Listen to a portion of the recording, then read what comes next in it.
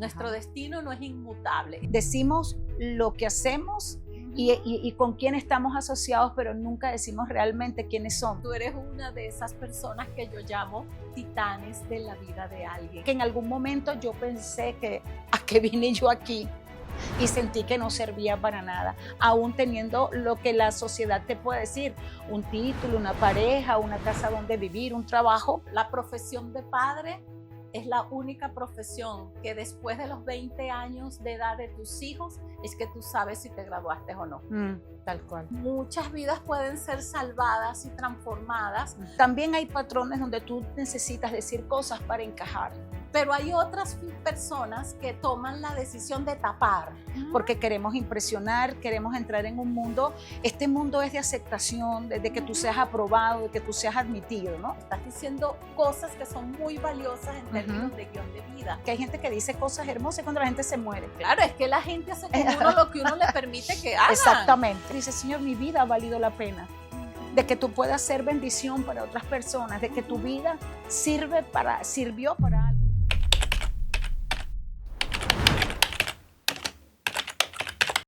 Zoila, mira, de verdad que para mí es un privilegio que tú estés aquí. Para mí también.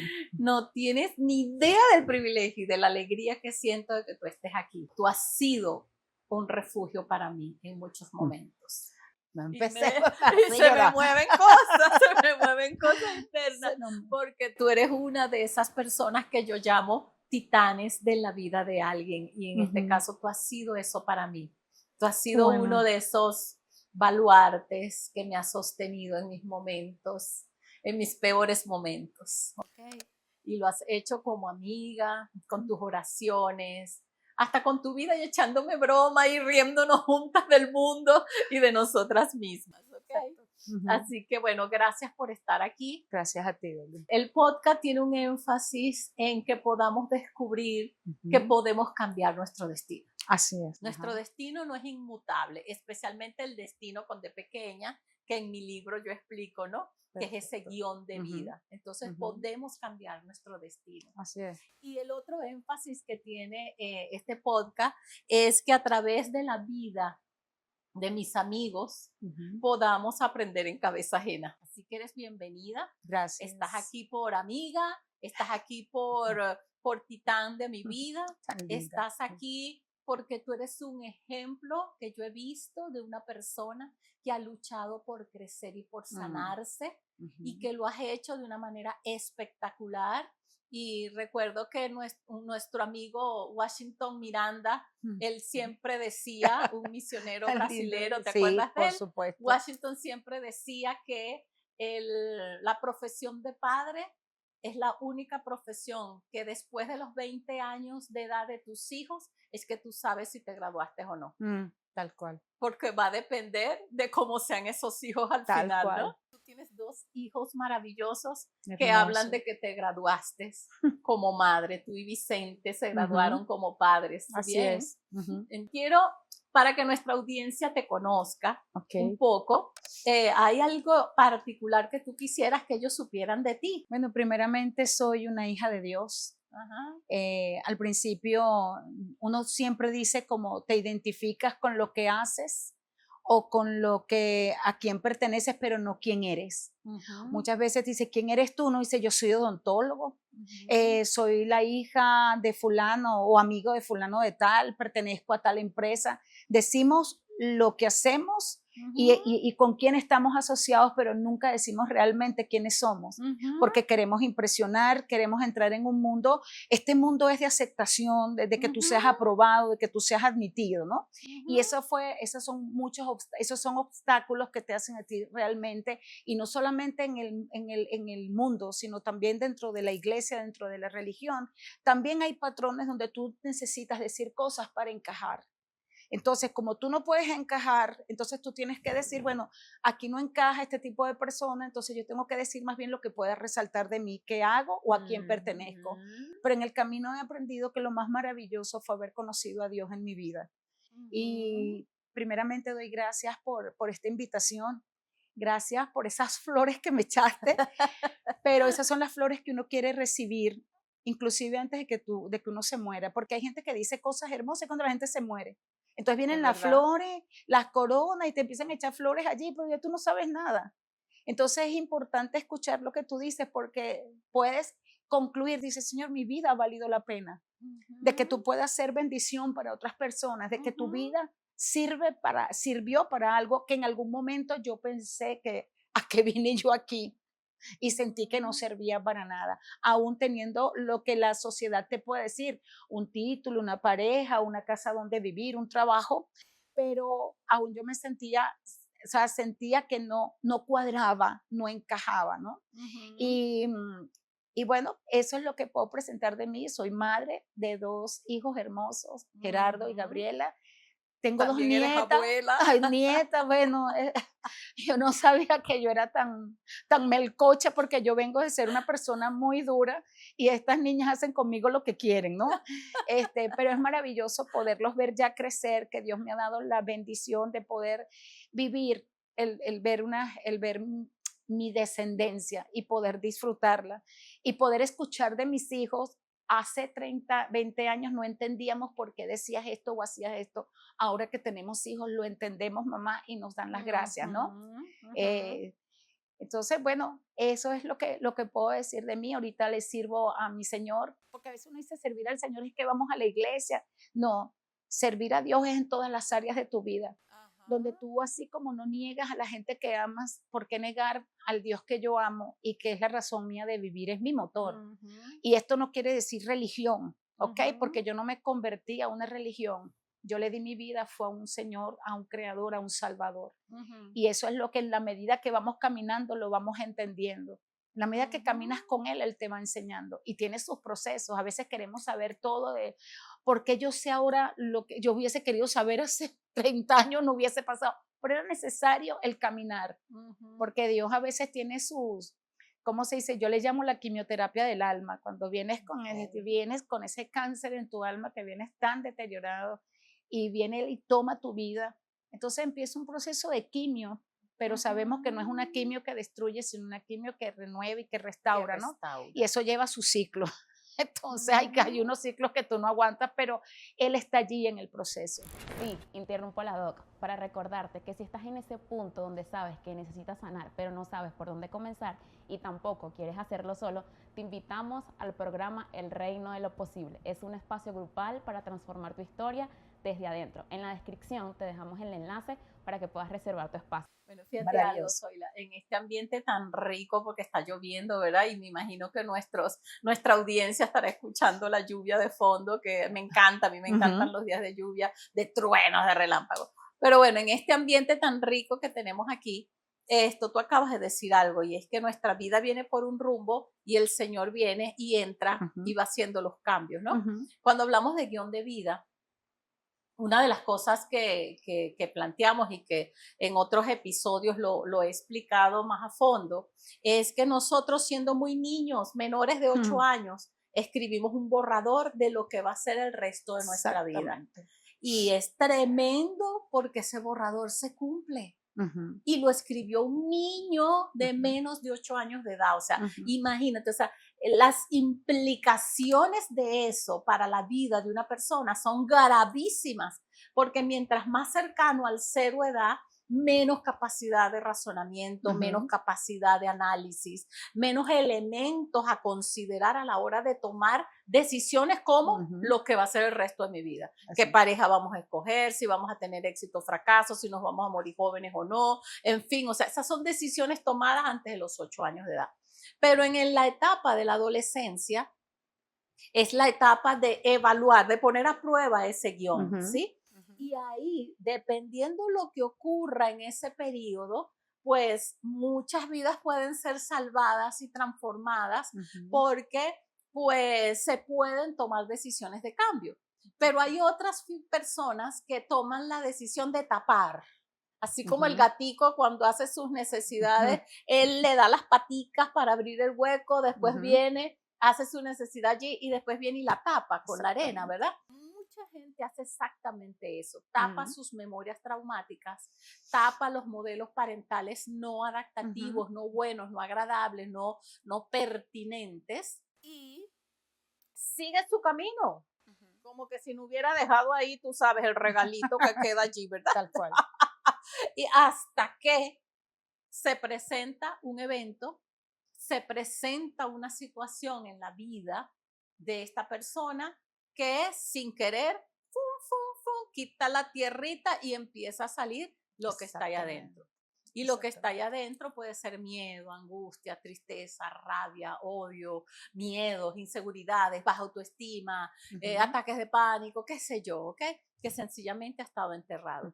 Y por eso es que el Señor en Romanos 12 nos dice que podamos examinar nuestra mente para que podamos transformarnos, ser transformados, ¿sí? Exactamente. Y ser transformados.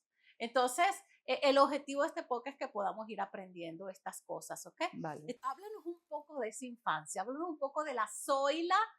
Nos interesa la Zoila de aquella época. Ya que tú has estado en terapia, así que tú conoces este proceso. Esa Zoila de la infancia, con las características X que tú nos quieras compartir, ella llevaba un camino, o sea, un guión. Exacto. ¿Cómo tú lo ves? ¿Cómo tú ves eso? Yo nací, somos 4 hermanos. Mis padres ya no están, ya murieron. Mi papá murió muy joven y mi mamá murió hace 5 años. Yo soy la tercera de 4 hermanos. Y para mí mi infancia fue muy, muy, muy difícil porque viví cosas que marcaron mucho de lo que yo tuve que luchar después de adolescente, y cuando se te abre, es como cuando tú reconoces como que estás en la oscuridad y Dios te abre la cortina para que puedas ver, ¿no? Mi madre era la mayor de 4 hermanos y por situaciones de ellos vivían en el interior, mi mamá decide casarse, pero se trae a sus 3 hermanos con mi abuela. Y todos a vivir juntos allí bajo el mismo techo. Y empezaron los problemas. Yo no lo entendía, sino ya después que uno empieza como a tener uso de razón y a analizar de por qué vengo, dónde vengo y todo. O sea, que tú empiezas a averiguar para darle una explicación del por qué las muchas decisiones toman, y se tiene que ver con lo que viviste cuando eras niña. Y recuerdo que muchas de las discusiones, mi papá le decía a mi mamá, tu familia o yo. Y mi mamá le decía, ¿cómo dejo a mis 3 hermanos y a mi mamá? Está muy buena esta conversación, ¿cierto? Bueno, la estoy interrumpiendo solo para decirte que este podcast llega a tu espacio gracias a Vita, una agencia que le da vida a tu marca. Ellos direccionan tus ideas, le dan imagen, voz y credibilidad. Nosotros fuimos criados viendo eso, empiezan las peleas, papá empieza a tomar, se vuelve alcohólico. Él llegaba y veía todo ese gentío, entonces él lo que hacía era maltratar a mi mamá, de verdad que la golpeaba. Entonces yo era la más salida de los 4 y sigo siendo la más salida de los 4. De esos 4, ¿cuál eres tú? ¿Qué número? La tercera. La tercera. Entonces yo me le metía en el medio de mi mamá y papá. Mi papá medía como 1,80 y mi mamá unos 50, o sea, y yo en el medio de los dos, y yo era la que de alguna manera tranquilizaba a mi papá, aún estando bajo los efectos del alcohol. Y yo era una niña. Yo tenía como 5 o 6 años. ¡Wow! Y empiezo a ver todo eso, y cuando mi papá llegaba en ese estado que empezaba a pelear, mi abuela me mandaba y me decía, vaya que usted es la que lo ama. O sea, me mandaban a mí a defender a mi mamá. Me convertí siendo una niña en la salvadora de mi mamá. Yo no dormía esperando que amaneciera, ya se fue a trabajar, ya no la va a golpear.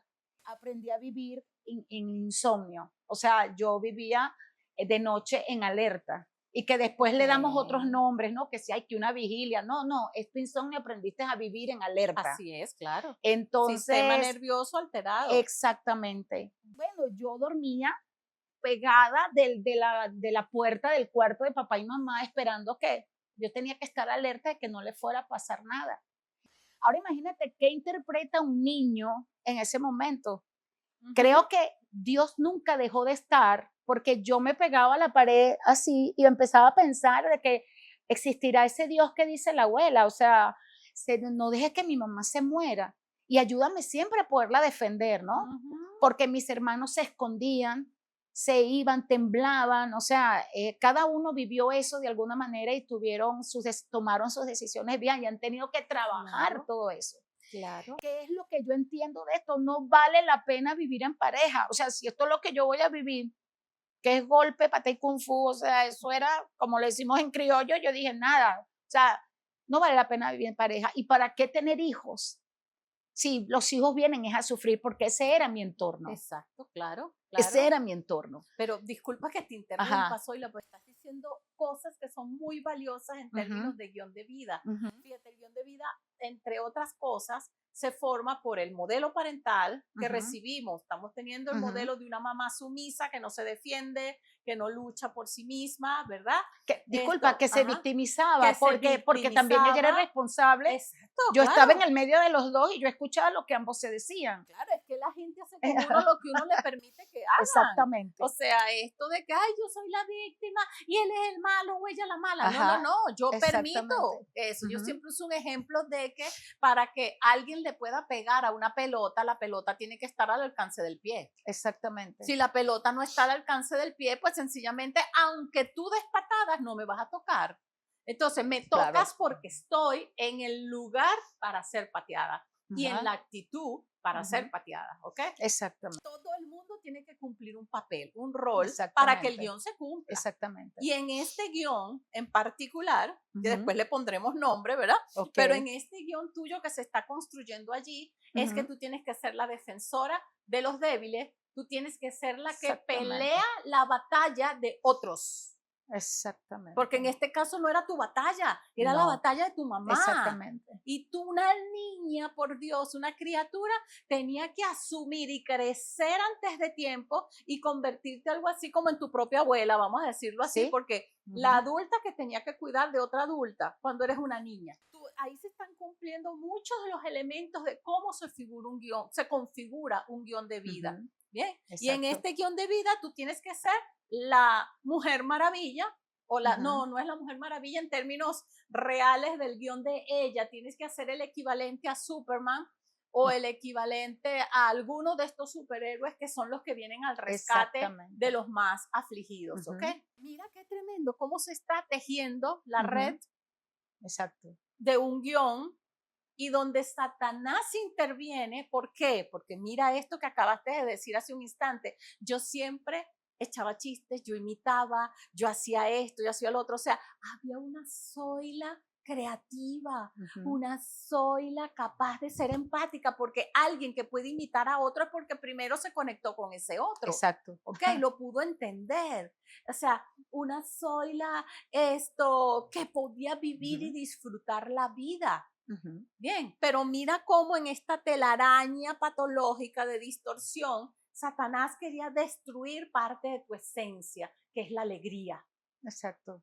La Zoila alegre, la Zoila nutritiva, la Zoila empática que puede caminar al lado de otros, que después si vemos el futuro, ¿verdad? Me voy a adelantar en el tiempo, me monto en mi máquina del tiempo y me voy al futuro. ¿Quién es Zoila hoy? Una persona que acompaña a otras personas, ¿sí? Y que está allí. Y bueno, y claro, como a veces hemos echado broma tú y yo diciendo que en tu profesión como odontólogo es perfecta para que tú le hables del Señor a tus pacientes, porque tienen la boca abierta y no pueden hablar. Así bueno, que yo siempre le digo a la gente echando broma, tú quieres conseguir una amiga que no te interrumpa, búscala como odontólogo, está con esa boca abierta y tú hablas y hablas y hablas, o cómprate un maniquí, allá puedes hablar y te desahogas y nadie sabe nada. Bueno, entonces mira qué tremendo, ¿no? Bueno, y es algo, disculpa, hay una parte donde yo recuerdo que por supuesto que yo era como la que defendía, la que trataba de salvar, la que trataba de mediar. ¿Y quién te defendía a ti? Nadie, o sea, pero yo entraba con pánico, mi corazoncito era a millón, yo decía, abuela, tóqueme el corazón, ¿no? Y era importante, cuando yo le decía, yo en muchas oportunidades pequeñas le dije a Dios, yo no quiero vivir esto, ¿por qué no me llevas donde tú estás? Entonces, al otro día, si yo amanecía, yo decía, no me llevaste. Mira la base del inicio de una ideación suicida. Sí, míralo. No me lleva, o sea, llévame, no quiero vivir esto. Luego mi papá se va, no aguantó. Realmente, para mi sanidad, en unos momentos de recordar su figura, era muy guapo. De hecho, me parezco a él. No, bueno, tengo la combinación de ambos, pero yo recuerdo de él sus ojos. Y sus ojos reflejaban miedo, impotencia. O sea, no sé cómo resolver esto. Y eso fue lo que a mí me ayudó en un momento a perdonar y a saber que él también había traído su propio guión, pero en ese momento como pequeña no lo entendía. Exacto, claro. Él se va de la casa y mamá queda sola con nosotros 4. Ya cuando se les busca dónde vivir a mi familia, a mis tíos, ya era demasiado tarde, ya mi papá se había ido. Él se va y luego como 3 años, 4 años después, justo antes de yo empezar, ya terminando el bachillerato, yo me lo encontré porque él ya estaba enfermo, regresó a donde una tía mía y mi hermano estaba viviendo también con él, mi hermano mayor, y me dice, mi papá está aquí, y el Señor me permitió verlo y sanar y poder hablar los dos. Pero claro, eso yo lo sané, le vi una profunda tristeza y papá muere al año. Le doy gracias al Señor que permitió ese encuentro. Pero es tremendo que cuando tú estás allí viendo a papá, que lo estábamos velando, yo no sabía si alegrarme porque el logro de la vida se había ido, el logro de papá de mi mamá, o la tristeza de no haber visto que eso pudo haber sido diferente. Wow, sí. Entonces tienes que caminar con ese dolor. Sí. Sí. Que caminas con ese dolor. Entonces yo entré a la universidad yo me gradué a los 15 años de bachiller y yo veía cuando yo estaba con mis compañeros que hacíamos las tareas, ¿qué tal? Le digo, mira, la gente vive diferente, no es como mi familia.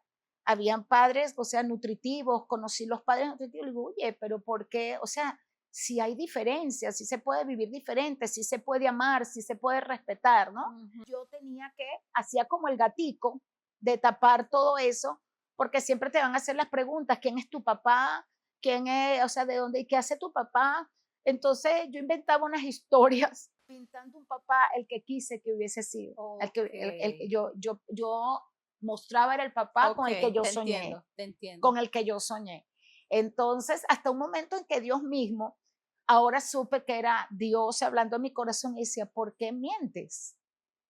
Y yo digo, ay, voy a decir que es un alcohólico, voy a decir que le pegaba a mi mamá y que murió y que, porque yo decía que hasta había dejado una herencia. O sea, esto de adolescente que yo no quiero, o sea, empecé a ponerle filtros a mi vida, ¿no? Hasta que una confrontación y yo ahora sé que era Dios, yo creí que era un monólogo, o sea, yo hablando conmigo misma y no, era Dios hablando, no tienes por qué mentir. La sensación de vergüenza, la vergüenza en nuestra vida ya en sí misma es traumática. Eso es traumático, la vergüenza. Exactamente. Empezamos a mostrar un Dios, una familia que no es. Y empiezas a vivir con esos filtros, ¿no? Claro. Hasta que, sin perder, por supuesto, mi sentido del humor, ¿no? Siempre eso estaba allí y yo le ponía gracia a lo que había sido muy duro en mi vida para que no me siguiera doliendo. Fui acumulando muchas rabias, una rabia increíble de no haber vivido lo que yo quise haber vivido. Fui acumulando muchas frustraciones. Y bueno, yo era una bombita de tiempo, ¿no? Era muy intolerante a las injusticias de hombres que pegaban a las mujeres. Ahí estaba yo, amiga, aquí estoy yo, aquí te ayudo yo. Empecé a salvar a la gente.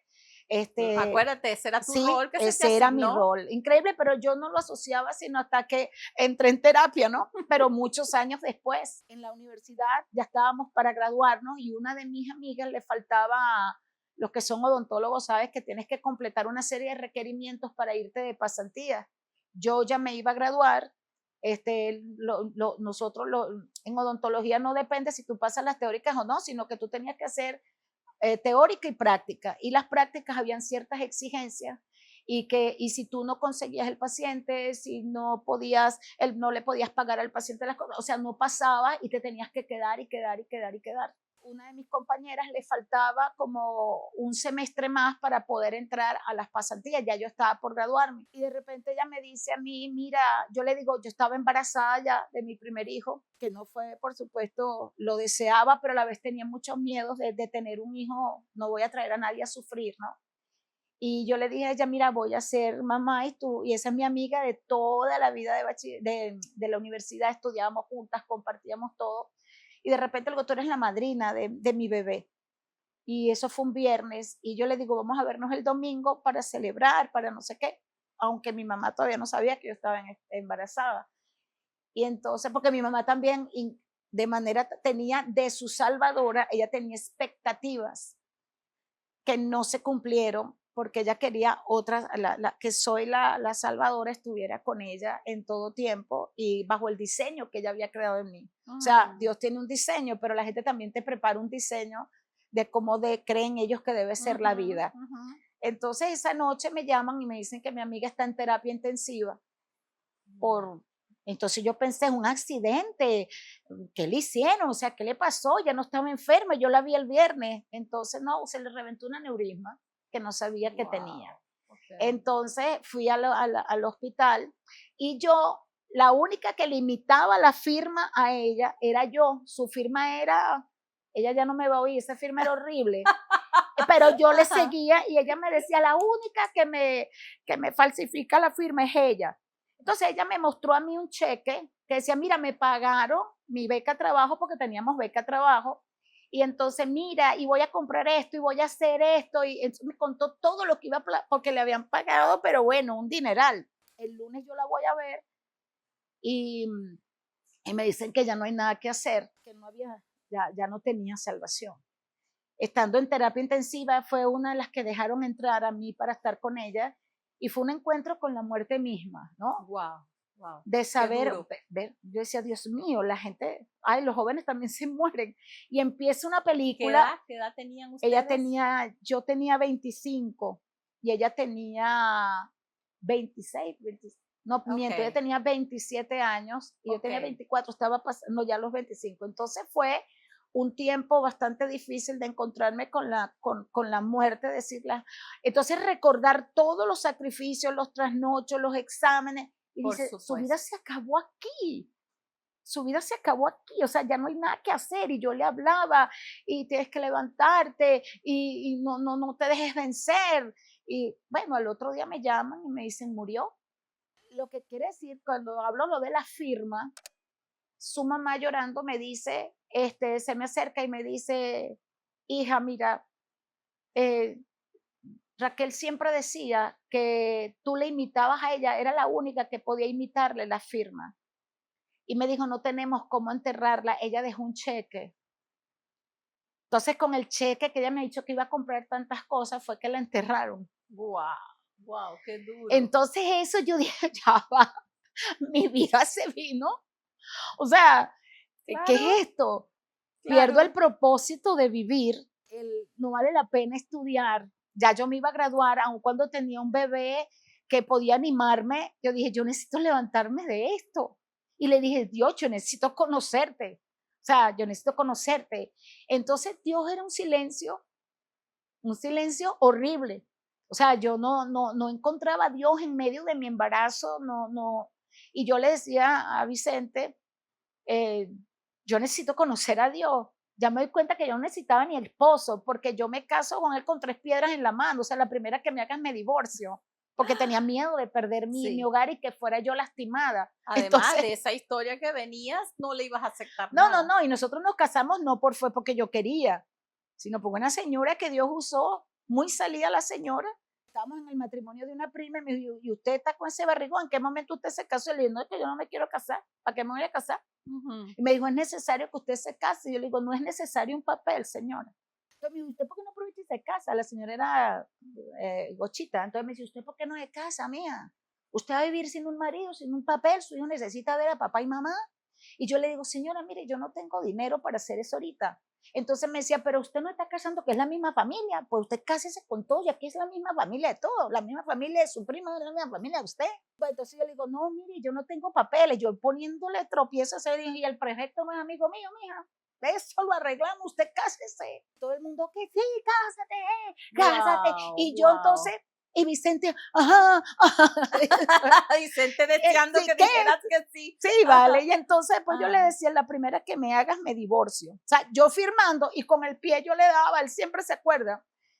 Entonces entro al matrimonio así, ya para dar a luz, o sea, doy a luz y todavía yo era, no has hablado a mi vida, Señor. Yo agarré, o sea, así una cosa como un acto de un trueque, así, Señor, mira, yo te doy mi hijo, pues, yo no sabía lo que estaba diciendo. Yo te doy a mi hijo, te lo doy, pero enséñame, pues, háblame de ti para yo poderlo enseñar y te prometo que lo voy a levantar en tus caminos. Yo haciendo esos pactos sin saber. Esa parte no la sabía de ti. Sí, o sea, yo lo levanté así en el hospital, en las ventanas, pero era mi desespero porque yo no había superado la muerte de mi amiga. Okay. O sea, y eran muchas preguntas y era ahora, ¿qué hago yo? O sea, ¿qué sentido tiene? Yo también me puedo morir. ¿Y a dónde voy? ¿De qué sirvió todo? Sufriendo desde chiquitica. O sea, yo así como que, sí, Juan, ¿dónde estás? Hasta que al fin empezaron a hablarme del Señor. Yo tenía mi resentir con la religión en tal. O sea, no quiero una religión, yo no quiero esto. Y allí empezó un camino. O sea, todo coincidió, el nacimiento de mi hijo, mi matrimonio, mi graduación y el conocer lo más maravilloso, que uno cree que uno ya está realizado, ¿no? Pero ya con un vacío en ese corazón hasta que llegó el Señor a mi vida. Y entendí, wow, esto es lo que yo necesitaba. A lo mejor los que nos escuchan, los que van a tener la oportunidad de podernos escuchar, dirán, bueno, mija, es que tú has sufrido mucho, o sea, tenías que conocer a Jesús, ¿no? Bueno, yo no he vivido eso, por lo tanto, a mí, yo viví entre gramas, entre nodrizas, y me daban, y una nanita que me cuidaba, y mis papás y mi mamá se amaban, pero la palabra de Dios dice que de tal manera Dios nos amó que nos envió a su Hijo. O sea, no dijo a algunos que han sufrido, dice que el mundo necesitaba un Salvador. Unos por una razón, otros por otra. Y si hay un Salvador es porque estamos perdidos. Entonces, mucha gente te dice, bueno, pero es que tú sufriste tanto. Todos venimos de alguna situación que nos va a llevar de alguna manera a Dios. Entonces la gente asocia con, ay, esta ya va a hablar de religión. No, no es meterte a evangélico, no es meterte es permitir que Dios entre a tu vida. Porque hay muchos cristianos que está perdido, que no ha encontrado esa verdad en Jesús. Y Él dice, me conocerás y serás libre, conocerás la verdad y me serás libre. Entonces, mucha gente tiene años en el Evangelio. Y tú dices, tengo 30 años, oye, la madurez debe ser proporcional a los años. No, hay gente que tiene años en el Evangelio y todavía no ha tenido un encuentro personal con ese Salvador. La madurez es proporcional a la sanidad. La madurez, exactamente. Entonces, y a la intimidad sí, con Dios. Sí, entonces, bueno, conozco al Señor, empiezo a ir a la iglesia regañadientes y empiezo a conocer la palabra, a leer, empiezo a interesarme. O sea, si, me quieres conocer, léeme, pues. Empecé a leer y me empecé a enamorar del Señor. Pero aún estaba en mi corazón. Yo le digo a la gente echando broma que todos tenemos un tocorón por dentro, un tocullito. Sí, ahí tenemos preso un gentío. ¿Ves? Los tenemos ahí. Hay una cárcel en una en una parte del corazón celdas. Hay una celda y ahí hay un gentío con el que tenemos. Y yo tenía mi tocorón. Ahí está mi tocullito en algún momento. Okay. O sea, tenía que liberar eso, pero como somos cristianos y no debemos de tener resentimientos, usted no puede tener odio, entonces yo tapé eso. Hasta que en todo esto, resumiendo, una amiga me habla de cristiana, me dice, oye, ¿tú conoces a Degle? Le digo, ¿cuál? Me dice, la psicóloga. Sí, yo la conozco, sí, yo la veo a veces en la iglesia. Sí. Mira, ella está dando unos tremendos talleres y uno de ellos es como controlando tus emociones. Y yo le digo, sí, pero, o sea, controlar las emociones, ¿cómo? Empiezo yo así como que, yo no necesito eso, pero yo me sé la palabra. Entonces me dijo, chica, pero vamos, que eso es bueno. Tanto le digo, voy a ir por ti. O sea, así como que yo me la sé toda, yo he ido sanando, Dios está en mi corazón. Entonces, cuando empezaste a dar el taller, yo estaba no resistente, pero, ¿qué nos vas a dar? Pues? ¿Qué nos vas a dar? No sepa. Que ya yo no sepa. Entonces empezaste a hablar y yo estaba así como las barajitas, ¿sabes? Cuando uno reúne barajitas. Y yo dije, tú decías, estos son los tal, el adulto, el padre, el adulto, el niño. Y esas 3 pelotas estaban en mi vida deformes, amorfas. O sea, yo dije, ¿qué es esto? Y tú empezaste a dibujar todo en una pizarra y a mostrar. Y entonces tú decías, estas son las características. Yo decía, la tengo. Y la persona que es así reciente, yo la tengo. La que tenemos que perdonar, yo lo tengo. O sea, ya yo llené mi álbum de barajitas con las tengo todas de mi trauma y dije, necesito ayuda. Okay. Y ahí es donde yo inicio. Y aparte de que a mí ya habían eventos en mi vida que me detonaban, que yo dije, algo no está bien. Pero como soy evangélica y te exigen que tú tienes que tener una imagen. Una imagen y estar como, o sea, maneja tus emociones. Entonces, ahí es donde tú dices, cuando uno vive así, yo tengo esto, pero no lo trabajo porque yo tengo que mostrar otra imagen, entonces no te conviertes al evangelio realmente, le estás sirviendo a la religión y no eres uno religioso y no eres un hijo de Dios. Entonces yo pasé por esos procesos dolorosos. Me di cuenta que tenía que perdonar a mucha gente. Entonces, y muchas decisiones yo tomé fue en base a la rebeldía, yo lo voy a hacer así. Empiezan mis problemas de pareja, porque yo le decía a mi esposo que yo había conocido a Cristo, que él era mi pastor y que nada me iba a faltar. Entonces, si dice, yo soy tu pastor, ¿para qué yo necesito un marido? Le digo, mira, él me va a proveer, él me va a guiar, él me va a proteger, ¿para qué yo necesito un marido? O sea, y yo muy bien, o sea, justificando, sacando la palabra para decirle. Gracias a Dios que ese hombre siempre, Dios le ha dado la sabiduría para trabajar con esta mujer que está aquí. Y también me ha dado sabiduría con él, por supuesto, pero específicamente en eso yo le decía, mira, Vicente, te puedes ir. Yo ya descubrí que no necesito marido. La feminista aquí como que, ajá. O sea, eso era aunque yo no sabía que eso se llamaba feminismo, o sea, yo decía, yo resuelvo yo misma, yo no necesito, porque yo aprendí a salvar, a trabajar, a resolver, no necesito nadie que me dé nada. Y eso estaba escondidito allí. Entonces, yo me acuerdo que Vicente me dijo, bueno, sí, yo me voy a ir y empieza a sacar la ropa del closet y yo le digo, viste, todos se van, todos hacen lo mismo, abandona. Me dijo, sí, pero yo me voy para el otro cuarto hasta que tú superes tu problema, yo no sé de qué. Genial. O sea, eso fue una Vicentada. Eso fue una Vicentada, sí. Entonces, bueno, en esos procesos, pero aceptar que mi vida podía ser diferente en el Señor. Conocí a un Dios de milagros, a un Dios proveedor. Ese es el Dios que he tenido a lo largo de 36 años, que tengo conciencia de su presencia en mi vida, porque Él siempre ha estado, aún en mi niñez, aún en mi dolor, aún cuando yo pegaba mi cara de la pared, que me quería morir, ahí estaba Él, allí estaba Él. O sea, yo ahora puedo decir, tú siempre has estado. No fue en el momento que se murió mi amiga, bueno, este es el detonante, o ya, o sí, o sí. Entonces dije, decido seguirte, decido vivir para ti. No es como la gente lo ve, es tratar de vivir mi vida no sin problemas, no perfectos. Nosotros llegamos a una iglesia, como yo digo, politraumatizados. Y estos politraumatizados vivimos un proceso de rehabilitación para que después podamos rehabilitar a los que vienen politraumatizados también. Pero nunca podemos decir que no vamos a volver a cojear.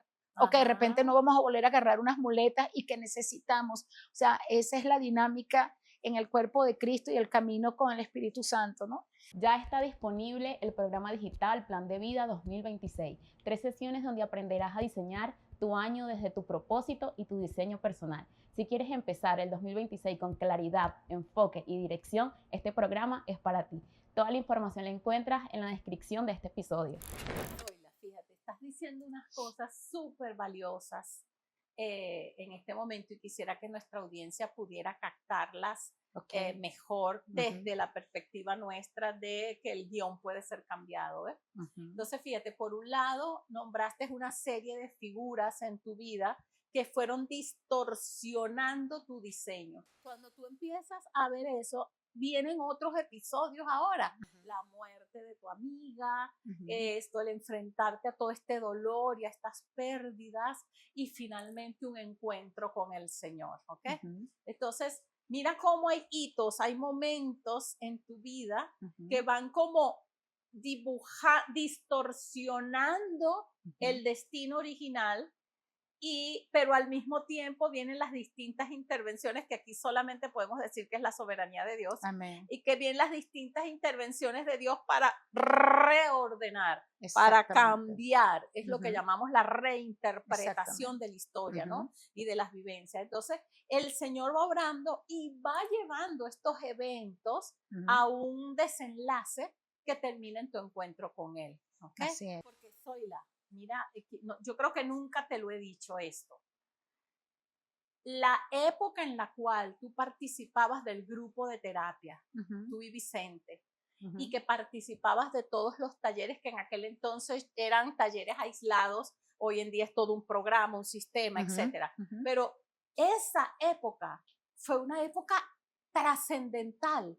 Fue trascendental para mí, porque encontrarme con esta Zoila y con su capacidad empática, cómo tú te integraste en el grupo y cómo tú hiciste que prácticamente el grupo se movía a tu son. ¿Ok? Pero un buen son, ¿ok? Y tú lograste con este diseño tuyo, que tú tienes un diseño muy especial, porque es verdad que eres una líder, es verdad que tienes fuerza, es verdad que bueno, que eres atravesada en algunos momentos, yo que te conozco, ¿verdad? Mecha corta. Mecha corta, ok. Pero resulta que tú ayudaste a muchas personas que estaban en el grupo de terapia a que ese tiempo fuera menos amargo. A que los momentos que eran rudos y que eran difíciles en la terapia, tú lograbas que rieran. Así. Tú lograbas que echábamos broma. Yo me acuerdo que en el 2006 yo tomé la decisión de que suspendía mi ejercicio profesional porque me iba de viaje, porque quizás yo me iba como misionera y yo iba a hacer mi primer viaje exploratorio, que en aquel entonces fue a Egipto. ¿No has comprado mi libro? Bueno, aún puedes hacerlo. El reino de lo posible es una invitación a mirarte distinto y a descubrir todo lo que aún puedes llegar a ser. Ya está disponible y te prometo no vas a ser igual después de leerlo. Tengo un video grabado de eso. Tú y Mireya empezaron a hacer ahí un teatro y una cosa del grupo de terapia. Y yo veía ahí las personas y yo decía, wow, qué tremendo. Mira esta persona lo que ha logrado, mira esta persona lo que hizo, mira cómo cambió esta persona, mira esto que pasó. Y tú lo estabas de alguna manera ejemplificando en todo aquel, ¿cómo lo llamamos? No sé lo que tú y Mireya hicieron allí, pero era una comedia. Una parodia. ¿Okay? Una parodia del grupo de terapia. Entonces, y eso te ha acompañado cada vez que yo te veo predicando en la iglesia, cada vez que te veo en distintos escenarios, la Zoila que sabe captar los corazones de las personas, no solamente captas tonos de voces, acentos y actitudes generales, que tienes un don para eso, sino que tú captas mucho el corazón de la gente. Y cuando predicas, eso tú lo transmites. Entendí lo que Dios quiere para mí. Entonces, donde quiera que uno vaya, y soy perfecta, no. Hay cosas como que en esa mesa donde yo me reúno con el Señor, mira, estamos pendientes con esto, Señor. Y Él también, mira, estamos aquí. Y en ese caminar con Él, pues él va mostrando todo esto. Pero sé que Dios ha ido dándole forma y como diciendo, cumplir el propósito para lo cual Él me creó.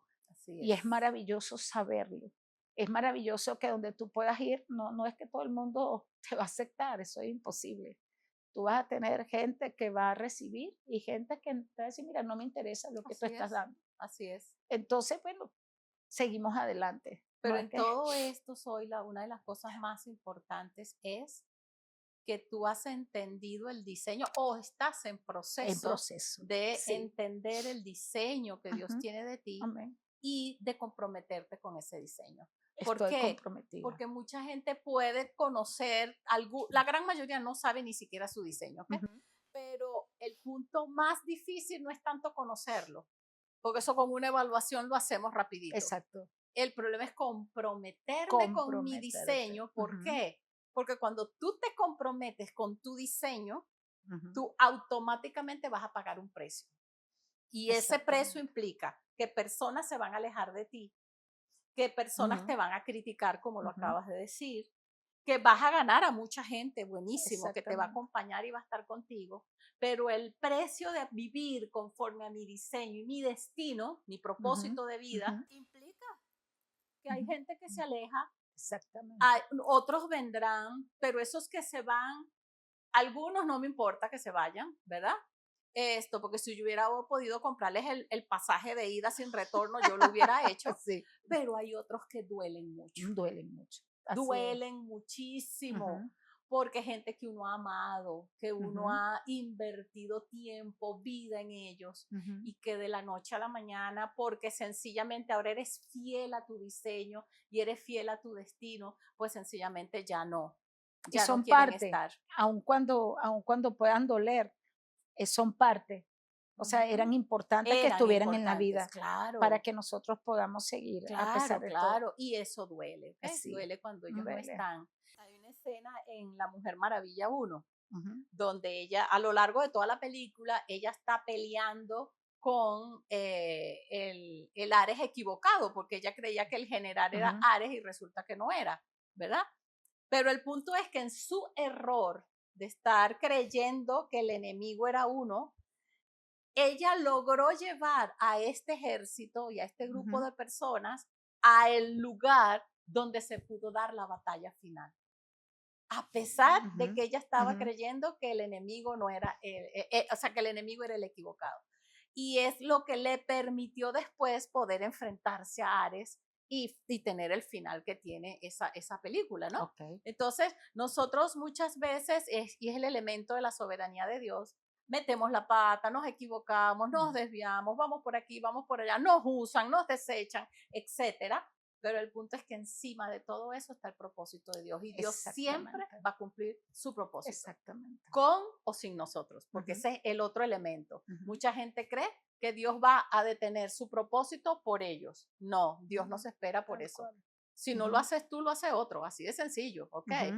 Yo sé que muchos van a criticar esta frase que acabo de decir, pero el punto es real. Nosotros nos creemos indispensables para Dios y resulta que Dios es indispensable para nosotros. Exactamente. No nosotros para Él. Lo que pasa es que Él decidió amarnos. Hermoso. Y por su amor para con nosotros, Él tiene misericordia cada mañana de nosotros. Así es. ¿Ves? Soy la gracias por haber estado gracias aquí. A ti, gracias por habernos acompañado. De verdad que si seguimos hablando son las eterno. de noche. Pero lo importante es que nuestras vidas pueden parecerse a la de muchos, ¿no? Mi vida, y no necesariamente como yo la viví, pero el punto es vivir sin propósito, vivir con heridas, y que hacen que tomes decisiones en base a esas etiquetas, esos argumentos de vida. Y es una bendición cuando puedes llegar a los pies del Señor y poder ver su gran amor. La gente que rechaza a Jesús realmente es porque no lo ha conocido. La gente que no es libre todavía es porque no lo ha conocido. Y él lo dijo clarito: conocerás la verdad, en esto sabrán. O sea, dice, si ustedes permanecen en mí, si mi palabra permanece en ustedes, serán verdaderamente mis discípulos y conocerán la verdad, y la verdad les hará libre. Y Él es la verdad. Así es. Entonces, doy gracias al Señor por existir. Doy gracias al Señor porque cuando a veces uno lo dice, el Espíritu Santo vino y me convenció pero estamos hablando del mismo que se movió en el principio de la creación sobre la faz de las aguas. Ese mismo se acercó a mi vida para mostrarme el amor de Jesús. Entonces, claro, tiene que haber una iglesia, tiene que haber una denominación, tiene que haber una religión, porque yo no me voy a reunir con los testigos de Jehová. O sea, yo no me voy a reunir con los budistas, no, yo me voy a reunir con todos aquellos que creen que Jesús es el Salvador. Así es. Y ahí aprendemos a caminar y ayudar a otros y ser ayudados.